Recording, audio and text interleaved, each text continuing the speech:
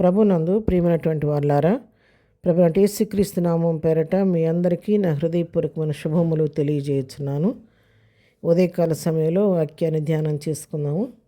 కీర్తన గ్రంథము 62వ కీర్తన 5వ వచనం చదువుకుందాం. నా ప్రాణమా దేవుని నమ్ముకొని మౌనముగా నుండుము, ఆయన వలననే నాకు నిరీక్షణ కలుగుతున్నది. ఈ వాక్య భాగాన్ని మనం గమనించినట్లయితే భక్తుడు తన ప్రాణాన్ని హెచ్చరించుకుంటున్నాడు. ఎవరికో ఇతరులకు బోధించడం కాదండి, తన సొంత ప్రాణానికి తన బోధ చేసుకుంటున్నాడు. మరి ఇతరులకు చెప్పటం చాలా తేలిక, కానీ మన ప్రాణాన్ని మనం చెప్పుకొని దాన్ని లోపరుచుకోవడం అనేది చాలా కష్టమైన పని. ఇక్కడ కీర్తనకారుడు తన ప్రాణాన్ని అంటున్నాడు, నా ప్రాణమా నువ్వు దేవుని నమ్ముకొని మౌనంగా ఉండము, ఆయన వల్ల నాకు రక్షణ కలుగుద్ది, కాబట్టి నా నిరీక్షణ ఆయన యందు ఉంచి ఉన్నాను, కాబట్టి నువ్వేమి తొందరపడొద్దు, మౌనంగా ఉండమని తన ప్రాణాన్ని హెచ్చరించుకుంటున్నాడు. ఎందుకు అంత ధైర్యంగా చెప్తున్నాడంటే కిందకు చదివితే, ఆయనే నా ఆశ్రయదుర్గము, నా రక్షణాధారము ఆయనే, నా ఎత్తైన కోట ఆయనే, నేను కదిలింపబడను. కాబట్టి ఆయన నాకు రక్షణ దుర్గము, నా రక్షణాధారము, కాబట్టి నేను దేనికి భయపడను. నా ప్రభు యందు నా నిరీక్షణ ఉంచి ఉన్నాను, కాబట్టి నేను తొందరపడకుండా నేను మౌనంగా ఉంటానని చెప్పి తన ప్రాణాన్ని హెచ్చరించుకుంటున్నాడు. 62వ కీర్తన 1వ వచనం కూడా మనం చదువుకుంటే, నా ప్రాణము దేవుని నమ్ముకొని మౌనముగా ఉన్నది, ఆయన వలన నాకు రక్షణ కలుగును. చక్కగా చెప్తున్నాడు, నా ప్రాణము దేవుని నమ్ముకొని మౌనంగా ఉంది, ఆయన వలన నాకు రక్షణ కలుగుద్ది అని చెప్తున్నాడు. ఆయన ఆశ్రయదుర్గం అంటున్నాడు, ఆయన నా రక్షణకర్త, నా ఎత్తైన కోట ఆయనే అని ఇక్కడ కూడా ప్రభు యొక్క గొప్పతనాన్ని గురించి, నా ప్రభు యొక్క నమ్మకత్వాన్ని బట్టి ఇక్కడ కూడా కీర్తనకారుడు స్పష్టంగా చెప్తూ వస్తున్నాడు. అవునండి, ఎవరైతే దేవుని నమ్మిక ఉంచుతారో, దేవుని యొక్క శక్తి మీద, ఆయన యొక్క బలం మీద నమ్మిక ఉంచుతారో, వారు ఎన్నడూ కూడా తొందరపడరు, ఏ పరిస్థితికి భయపడరు. ఏ పరిస్థితి వచ్చినా కూడా నా ప్రభు నాతో ఉన్నాడు అన్న ధైర్యంతో వాళ్ళు ముందుకు సాగిపోతూ ఉంటారు.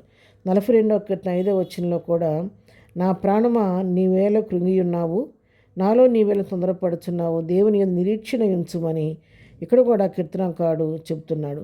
43:5లో కూడా అవే మాటలు చెప్తున్నాడు. నా ప్రాణమా నీవేళ కృంగి ఉన్నావు, నాలో నీవేళ తొందరపడుచున్నావు, దేవుని నిరీక్షణ ఉంచుము, ఆయన రక్షణకర్త నా దేవుడు, ఇంకను నేను ఆయనను స్తుతించదనని చెప్పి కీర్తనకారుడు ఇక్కడ కూడా చెప్తున్నాడు. కాబట్టి తన ప్రాణాన్ని నువ్వెందుకు కృంగిపోతున్నావు, ఎందుకు నువ్వు ఆ విధంగా విచారపడుతున్నావు, ఎందుకు నువ్వు తొందరపడిపోతున్నావు, నీలో నీవు దేనికి నువ్వు భయపడొద్దు, దేవుని యందు మాత్రం నిరీక్షణ ఉంచు, ఆయన రక్షణకర్త, ఆయన నాతో ఉన్నవాడు, నన్ను నడిపించే దేవుడు, కాబట్టి నేను ఇంటి పరిస్థితిలో కూడా కదిలింపబడను, కాబట్టి నువ్వు ధైర్యంగా ఉండమని చెప్పని తన ప్రాణాన్ని ఇక్కడ హెచ్చరించుకుంటున్నట్టుగా మనం చూస్తున్నామండి.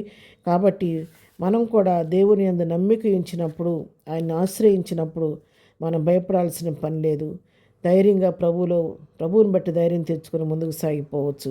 మీకా గ్రంథం 7వ అధ్యాయం 7వ వచనం కూడా చదువుకుంటే, అయినను యెహోవా కొరకు నేను ఎదురు చూచెదను, రక్షణకర్తయగు నా దేవుని కొరకు నేను కనిపెట్టి ఉందును, నా దేవుడు నా ప్రార్థన ఆలకించును అని ఇక్కడ కూడా స్పష్టంగా చెప్తూ ఉన్నాడు. కాబట్టి ఇక్కడ కూడా భక్తుడు నా దేవుడు నా ప్రార్థన ఆలకిస్తాడు, కాబట్టి యెహోవా కొరకు ఎదురు చూస్తున్నానని చెప్తున్నాడు. కాబట్టి ప్రియులారా, మరి మన ప్రభువు మనతో ఉంటే మనం దేనికి భయపడాల్సిన పని లేదు. ఆయన మన అండ కొండ ఆశ్రయదుర్గం, కాబట్టి మనం భయపడుకోకుండా ప్రభువులో ముందుకు సాగిపోవచ్చు. ఇర్మియా ప్రవక్త కూడా ఒక మాట చెప్తున్నాడు.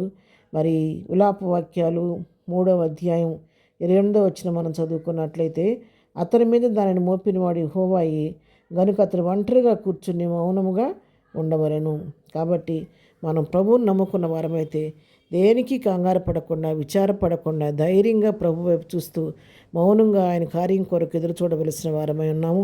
మన జీవితాల్లో కూడా మనం కూడా ఈ భక్తుల వలె ధైర్యం తెచ్చుకొని ప్రభు నిరీక్షణ ఉంచి కుంగిపోకుండా, అధైర్యపడకుండా ప్రభు వైపు చూస్తూ మౌనంగా ప్రభు కృప కొరకు కనిపెట్టుకుందాం. అలాంటి కృపాధన్యత ప్రభు మనకందరికీ దయచేయను గాక.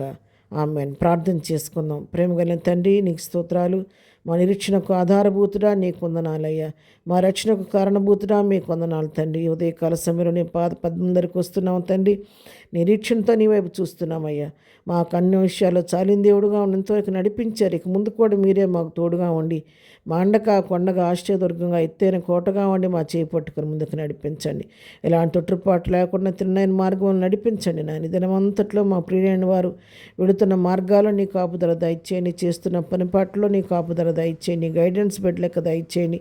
నీ ఆరోగ్యకరమైన లెక్కల కింద ప్రతి వారిని కాచి భద్రపరచండి. ఎవరైనా బలహీనులుగా ఉంటే ముట్టి స్వస్థపరచండి. ఎవరికి ఏ సమస్యనో నీ నామములో తీర్చి ఈ దినం బర్త్డే జరుపుకుంటున్న బిడ్డలను దీవించండి ప్రభువా. ఈ నూతన సంవత్సరం దయాకీటం ధరింపచేసి నీ ఆశీర్వాదాలు దీవులతో బిడ్డలు నింపి నడిపించమని, ఈ దినమంతా నీ కృపాక్షమను మాకు మా కుటుంబాలకు తోడుగా ఇచ్చి నడిపించమని యేసు పరిశుద్ధ నామంలో ప్రార్థించి అడిగి పొందుకొని ఉన్నాము తండ్రి. ఆమెన్. ప్రభు కృప మనందరికీ సదాకాలము తోడై ఉండి నడిపించును గాక. ఆమెన్.